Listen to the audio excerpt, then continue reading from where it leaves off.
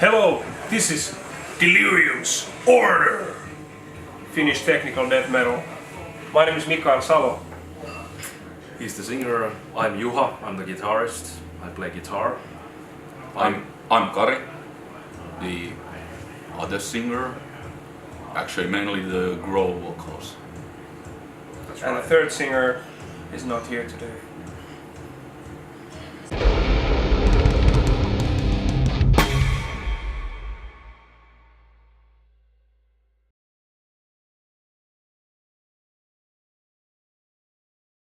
Well, I guess I'm the only one who can answer that. The other guys have been around.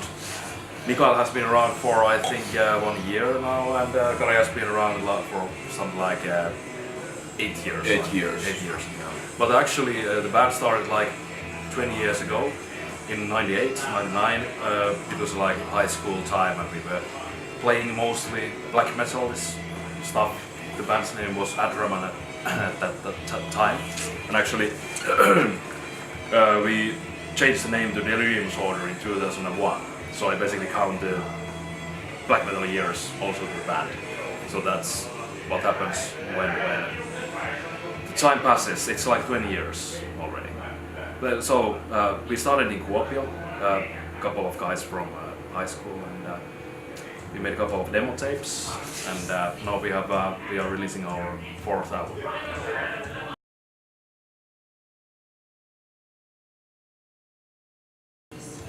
Well, that's also kind of interesting process. So, how you find people? Actually, let's start from the accordion player. So I was looking at this religious channel, which is called I think it's Alpha TV or something like that. I didn't know that at that point. So there was some kind of structural pulling contest there, and then after that there was some kind of a music program where there was really good accordion music being played. So it was Libertango, and I was actually doing a cover song on Libertango at that time. So that's also now album. And I actually just sent a message to Viivi. I learned that it's Viivi Maria Saarenkylä on that video. So that's how we connected with her. But with Mikael, I think Mikael was through Ilja Jalkanen. So I was discussing with Ilja, and he told me about this young, talented, also somewhat handsome guy who could contribute. So Yeah, the handsome was the selling That point. was the priority Yeah. number one when looking for the musicians. Yeah. How handsome. raise the points.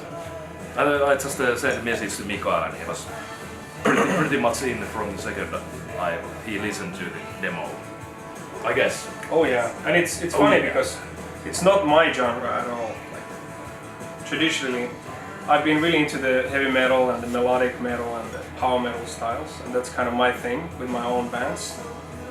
But you know, I'm musically very open-minded, just like Juha. You know, whenever I go to his place for sauna, we listen to everything from like. We went to Simon and Garfunkel show, and then next we went to black metal show in Nosturi the same night. Same night. You know, and then we were listening to some Pavarotti when we got to the sauna place. So we're kind of very varied in our musical taste. So I could really tell when I heard the songs, like, man, this quality is through the roof. Like, it's made so well and it's so creative, and there's different genres blended in, and it really takes you on a journey. And that's what I really like about music. For example, if you think about something like Arion, you know, that kind of the Dutch multi-talent Arjen Anthony Lucasen's project, he kind of seamlessly unites genres, and he even has some grunting stuff there, and everything from like Beatles style acoustic stuff, and he just puts them in order what works for the song and for the emotion of the story or what he's trying to tell. And that's what I really found from the LIRIUM'S Order, from Juha's writing.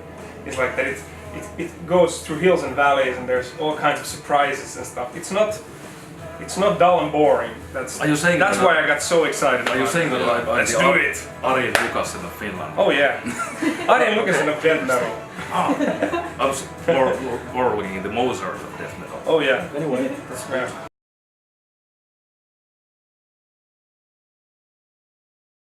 Well, it's kind of, I would not say dictatorship, so I would be open to invite all to write music, but from the beginning I've been doing most of the stuff, most of the writing, also the lyrics, so both composition and the lyrics.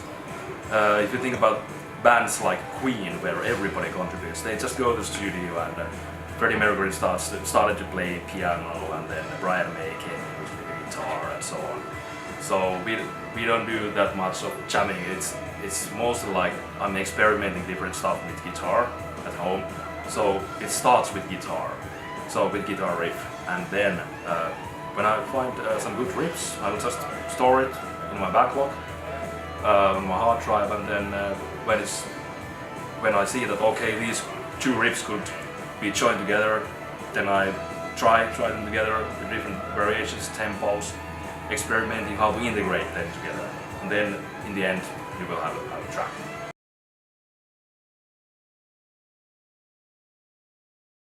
Yeah, so Tuomas Yliaskari, Tumppi, the nickname, he is the producer for the album, and he has been doing also some recording for it, but mostly the mixing side, and I was involved from the beginning, so we were mixing together.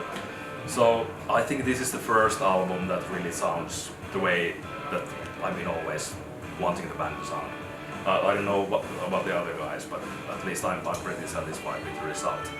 So I think that it always has been relevant for LIRIUM'S Order that of course we have a sharp kind of soundscape overall, but then there's a certain kind of how to say, it's quite organic, the overall sound, and that has been the thing that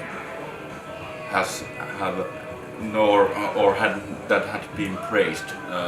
For example, with the Veniversum album, it was like it had a lot of compliments. At the same time, there's organic sound, but of course that's tight for the genre. That's really important that we have everything like has its own place. Yeah, it's kind of challenging nowadays because everything is digital, so you want to still make it sound like you have some analog stuff there, you have some dynamic, it's like dynamic when you look at the audio wave, so it's not fully compressed and fully kind of exhausted from all the frequencies that you can fetch from the audio spectrum. But anyway, we tried to not to make it too huge. It's not something like Devin Townsend or something like that, but and of course it's very challenging in this kind of music because you have so many notes. So the guitarists are playing different kind of patterns. The bass player might differ from those patterns. You have drums, and then you have the vocalist, and everybody is playing like 2000 BPM. So that's something that it's almost impossible to make it sound like organic anymore. At least that's going to be the thing with the next album. Yeah. It was funny when I was there with Tumppi, when he was mixing, I was asking like, how is this album to mix? And he said like, this is the most difficult thing I've ever done. Yes. Did he say? Yeah, he did say that. And also coming to the organic thing that you guys mentioned, that you have the tightness, but you want to have the organic thing, right? So when we were recording the clean vocals, that was a lot of fun because Juha said like, okay, now the background is very locked, tight, but now you come in and you are the singularity, and you have to say this and this is the feeling, and let it rip and like do something with it, you know. So like you gave a lot of freedom to the vocal thing, actually much more than it may be in some genres where I have a producer. You gave a lot more freedom, even though it's technical death metal, so you would think it's like this note here and look at the guitar profile and don't deviate. You know? Yeah, I think give a performance. You are the lucky one. Like, actually, I can. When I first when I joined this band, like it was 2010, 11 ish, and we started to record Veniversum. It was really a different kind of aspect to what comes to recording music, like with the grow vocals. It was almost like we have a bits and pieces of words, like do this on that. Like it was there was not so many room to improvise. So it was only constraints. Yeah, really strict. And I learned with Juha. I learned like a new kind of perspective what comes to how to like organize what you do in music and in life. Yes. How to press undo. Yes. How to edit myself. And I think it's very in Delirium's Order, maybe the grunting stuff. It's very percussive. Yeah. So you have to focus it's on that like more. I Whereas think if you sing like the melodic stuff, it's more rapping. like It's kind of rapping with it. yeah, that's true because I think we have discussed it earlier. Like the grow vocals, they are actually kind of rhythmic element in the music, like an instrument. As with guitars, so yeah. And it wasn't filmed. Start all over. No, just checking this time. Oops. So 2 questions, 20 minutes past.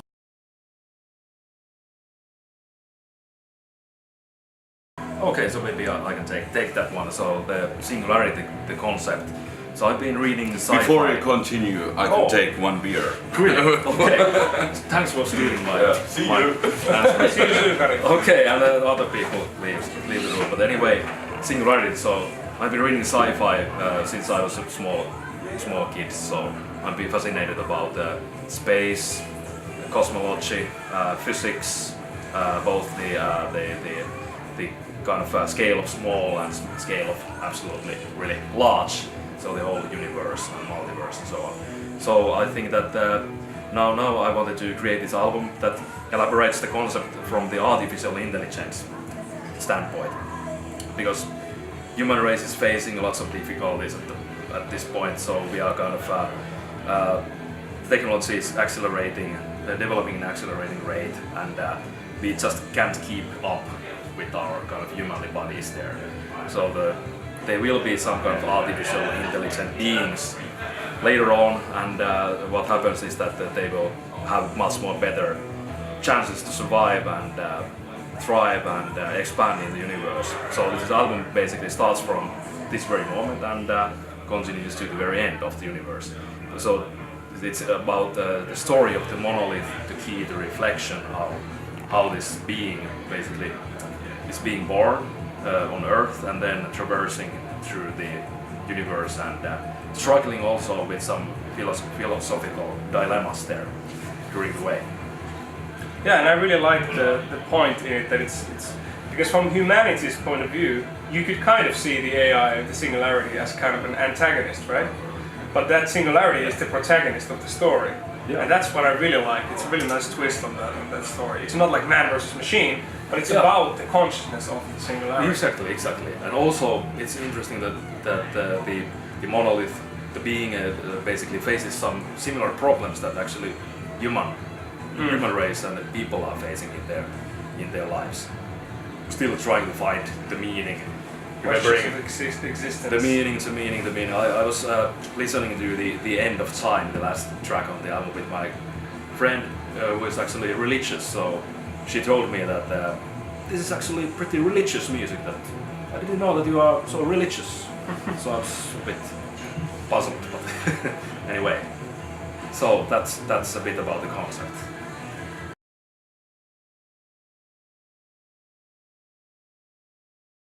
Well, there was some artificial intelligence creating music, and it has released like 4 albums or something, and they all went to like iTunes top 50. So it's already competing with like humans, but I think there is some human element in music, because if you listen to all the classic records, they're full of which you would call errors if you were maybe a programmed entity that thinks about optimizing stuff. Very often we feel more about the performance that's a bit flat or sharp, but it has that kind of emotion back there, and we don't feel for the super auto-tune clean sound. So like that, I think in music, because it's art in the end, it's not about being perfect, but it's about creating a piece, and you try to make it perfect, but you never reach perfection. And all those obstacles in the way you can hear in the character of the music. So it's really hard for me, in my opinion, for AI to kind of simulate that. But it's possible, of course. What will happen in, let's say, 10 years is that if you look at what happens with the pictures, so computers can generate such faces that people cannot recognize anymore that whether they are real or not real. So this is what happens with pictures. When we go 5 to 10 years, that this is what happens with music. So actually the AI and the intelligent programs, they can actually generate music that actually we cannot anymore say whether this is. It will have the flaws that we actually like. And in the end, so this is still the kind of 0.1 version. But when we have the 1.0 version, major release of the AI, so that will be completely different. So conscious being, so really understanding the different concepts and understanding the existence of his own mind and so on. So this will affect a lot on this area. But so my prediction is that there will be kind of 2 camps. So those people who actually still they don't want to listen to the electronically produced music, but majority of the people they will be like, okay, so I will listen whatever comes from the tune, and that will be generated by the computer. Whatever I like, that kind of. Yeah.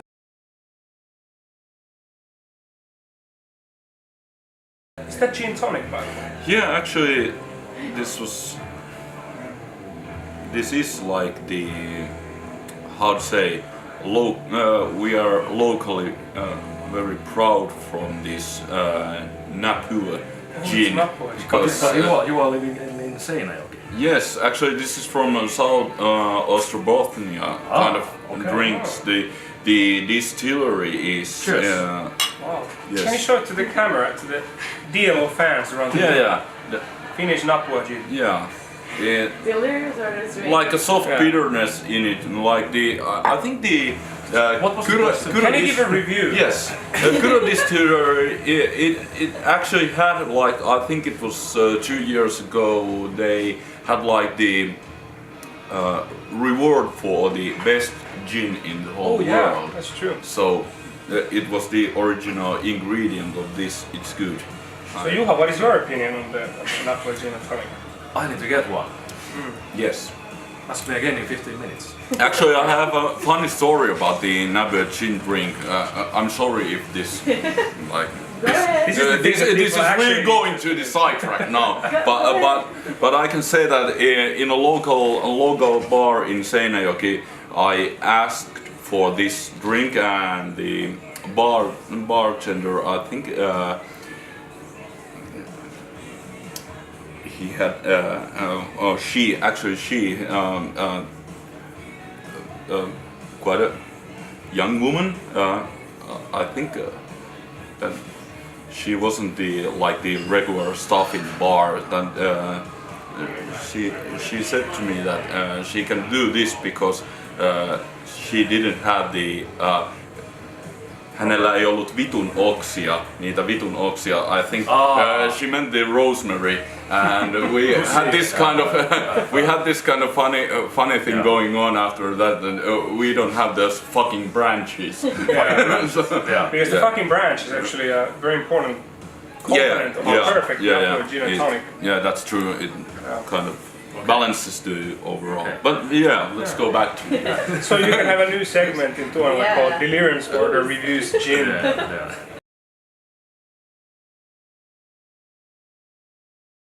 But I think you're gonna go into a hammock, have a Napua gin and tonic, and not think about music for a while. I'm gonna do some gin reviews, I guess. Multiple of those. Okay, so I think what we will do is that we will try to get some gigs, a bit more gigs. We have some under planning, not released yet, but I think that it will be great to play more live. So we haven't been doing that many gigs past years, mostly concentrating on composing the album. So playing outside Finland will be great. So I think that's the goal. And of course we will start doing the next album. Yeah, I think nowadays it's a little bit challenging, mostly because of the Ukri's time schedule or something. And of course we have like our own kind of time schedules, which are kind of tight at times. But Ukri is now active with Apath and so Whispered and yes, so it always comes when you try to organize like 5 people time schedule. It's not that easy. Yeah. it's difficult, but I also hope it's gonna happen as many times as Yeah. possible. Yeah.